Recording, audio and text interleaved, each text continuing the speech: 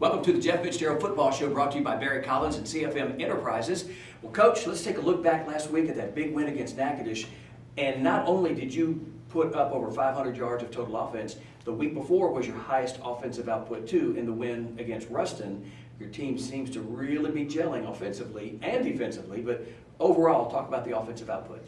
Man, we are starting to gel, and I feel like we're gelling at the right time. Things like that happen when you have a player like Jabari that is getting better every week. He doesn't have the playing experience at quarterback that we'd like for him to have, but the experience he has, he's building on it, and getting better every week. In addition to Dylan Roberts being back has been huge. Sean Xavier is a dang good running back, And return man. But when you have both of them together, it sure helps us a lot. And the teams can't just focus on defending Josh Newton or C.J. Brown, and now they got to defend four guys, and that's big. You brought up the receivers, and it's been, looking back at the Jamboree in the first few games, Ouachita wasn't really good passing, not a good passing team. That seems to change as 2 of the last 3 games you've had more passing yardage than rushing yardage. Coach Davis does a tremendous job in the passing game as well as the run game as well. But the thing is we're very simple, and it's not very complicated at all. And we're starting to get really, really good at what we do, and that's with our bubbles and with our flood concepts on our sprint outs. And he has found what our players do best and has built off of that, and not just saying, well, this is the best scheme to attack. He's looked and said, okay, well, this guy is better at a post, or this guy's better at a go route, or this guy's better at the bubble. And he builds off of that every week, and that's something that has made a tremendous difference in our offense. Let's go to what is normally the first drive of each game. The other team has the ball. In this case, it was Natchitoches. Man, 4 plays, touchdown. And we're sitting here thinking, and then 54 unanswered points. Does it take that first drive to get the real feel of what the other team is going to do? I mean, is that why they score first sometimes, or is it just jitters? Or tell me how you do it to keep the rest of us from getting a little nervous. If I knew what it was, we would quit letting people score the first drive. Okay. I can promise you. But I don't know. They just, Natchitoches came out ready to play and did a good job when they had the ball the first series. And maybe we missed a couple of tackles. And, you miss a couple of tackles, and now the quarterback who can run is in open space. And when he's in open space, that's not good. And it just is what it is. If we figure out how to stop it, we would. All right, and let's go now to your Freaks of the Week. You had some really good players. It's always hard to pick the one standout, but you get to do that.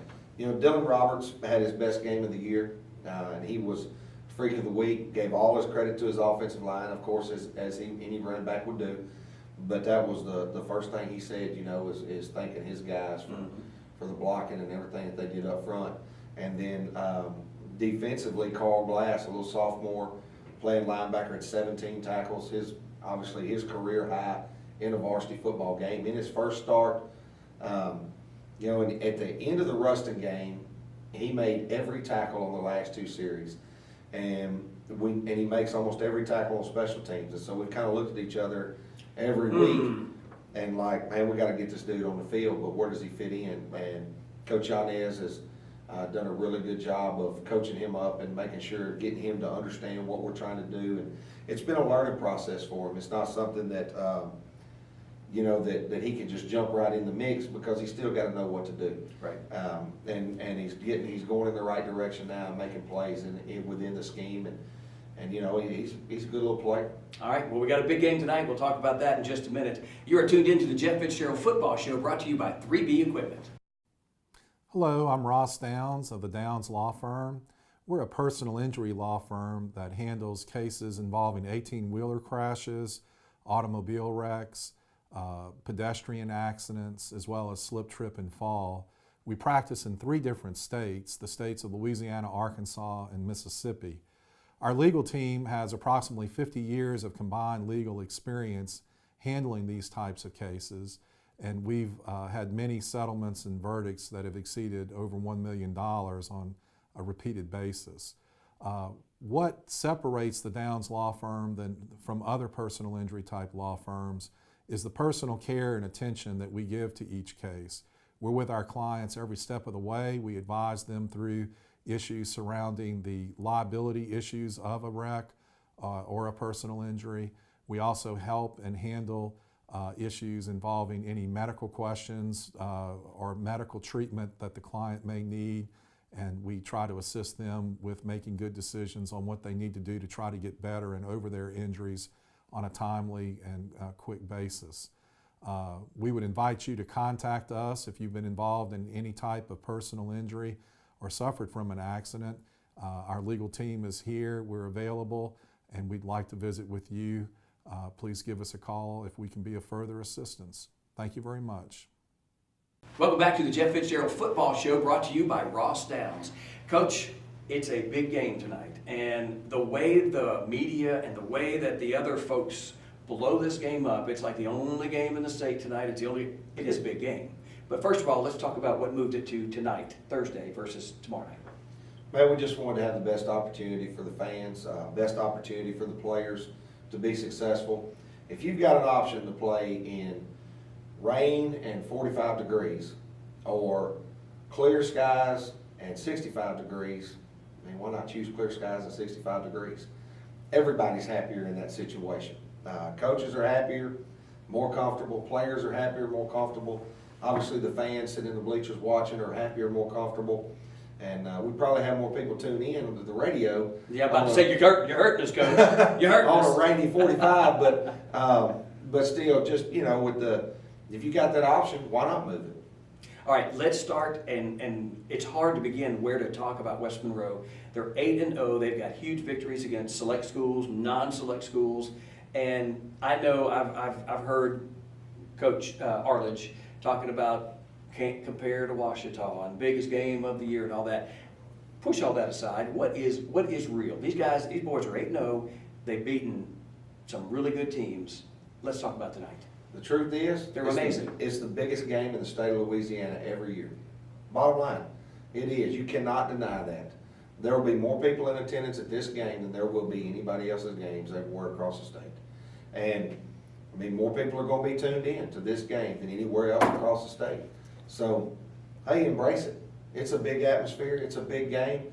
They're 8-0. What a great opportunity to knock these dudes off and show them who the real team is in Ouachita Parish. What do you begin to defense? Because they've got so many different weapons, starting off with quarterback who hurt us as a sophomore and then as a junior, but Slade Bolden going to Alabama, I mean, just seems to be the commander in charge of that entire offense. He does a good job. He's a very good player. But one man does not make a team. We talk about it all the time. No player above the team, no coach above the team. It's all about the team, the team, the team, the team. And our guys will tell you that. And, you know, he does it. He's a very good player. And but he does not make that team. They have a good running back. They got a couple of good inside receivers. He's got a good offensive line. And they're a good football team. But they're not indefensible. You know, they're not just a bunch of robots over there that can't be defeated. They can be beaten. They can be beaten. That was proven last year in the Dome. Landry Walker did not care who West Monroe was. Right. And came out and hit them in the mouth. And so, you know, that's something that has given our guys hope is, hey, these dudes are beatable. And we can beat them. It's a matter of believing in your heart, showing up and hitting them in the mouth when they need to be hit in the mouth. One of the things we've noticed, and you brought it up with the offensive line, is Ouachita seems to win the game when they win that offensive line trench battle and on the defensive line as well. Whenever your lines are just in tune, you guys seem to just do so much better and are literally unstoppable. Well, and that goes for everybody. You know, and I think that's one of their biggest strengths is their offensive line and defensive line. You know, a lot of people look around and see all the athletes. Oh, we got all the athletes. Well, athletes, they don't win or lose football games. The guys that are going to win or lose a football game, it's going to be in the trenches. Mm-hmm. And, you know, and that just is what it is. It's every game. It's like you say, you know, when we win that battle in the trenches, we're successful. You can say that about them as well. And it's going to be a hard-fought war in the trenches. Okay, overview, what is West Monroe going to run offensively? We believe that for everything that we've seen about them, they're going to be a spread football team. They're going to be one back, four wides, and RPO and everything. They basically run two plays. They're going to run inside zone with the RPO off of it. What that means is the quarterback can give it to the running back on inside zone, or he can keep it and run it, or he'll sprint out and throw it to one of the receivers outside. So it's basically veer blocking scheme up front out of a one-back set. It's very similar to what they've always done, just out of a different formation. Are they still running with one of the backs set way back? I remember back in the day they used to do that. Of course, that was all the triple option they used to run too, Yeah. but that back was so far back there. I wonder, how is he going to make that big of an impact? And of course, he was the man. It's still triple option. It's just a matter of they're doing it out of a one-back spread formation, 4 wides. Whether it's 2x2 or 3x1, they're going to be 4 wides. Okay, switch over to the defensive side. What is your offense going to face when they hit that field looking at the Rebels? Same thing we've been facing all year long, and that's a four-man front, shifting to a 3-man, 5-man front combo. We're anticipating 7, 8 dudes in the box, and man on the outside. I mean, man or cover 3, and that's what we face week in and week out, and that's what they do. And so I don't anticipate them doing anything differently than that. Okay, and as far as when it comes down to a coin toss, we've noticed a lot of people seem to just want to defer nowadays, and you've done the same as well. You win the coin toss tonight. You gonna tell me what you're gonna? Oh, we're going to defer. We're gonna defer. Okay, I just wanted to make sure and check on that to see who's gonna have the ball first on that. I'm sure they'll try to defer as well. So, but you know, there's a lot of momentum coming out of that second half if you can get the ball and go score. Right. Huge momentum. A lot of times you're either putting the dagger in it or you're Or like Neville catching back up. Yeah, exactly. So we really like to have that ball at the start of the second half, and I don't know what our statistics are or anything like that, but that's what we feel the most comfortable doing, and then our guys feel comfortable about going on defense first. Okay, and let's go down to special teams. You've had some pretty good returns, both punt returns and kickoff returns. What do they do with their special teams as far as kickoffs, punts, and of course extra points and field goals? They're going to kick the ball to about the 5-10 yard line.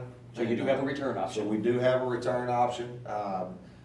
I'm assuming they may sky kick. I mean, we have scored quite a bit on our kickoff return team, and so we shall see how that'll play out.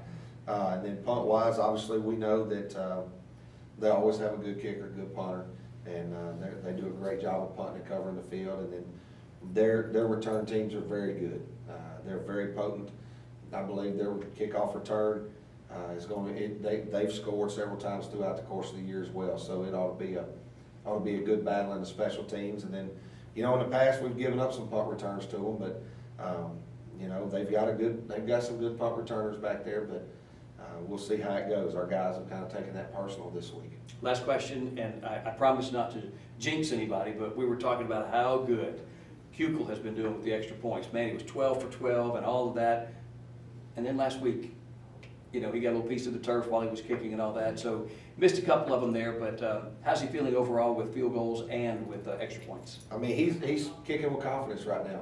Both of those kicks that he missed came off of a penalty, where the play was stopped. He had to reset, just kind of threw his momentum off something that, and so we've worked a little bit of that this week, and but it just threw him off a little bit. But he's kicking with confidence. We have full confidence in him. Our team has confidence in him, so we feel really good about his kicking. Coach, you don't get much bigger than this, man. Good luck tonight. Thank you. All right, you have been tuned in to the Jeff Fitzgerald Football Show, brought to you by Chick-fil-A.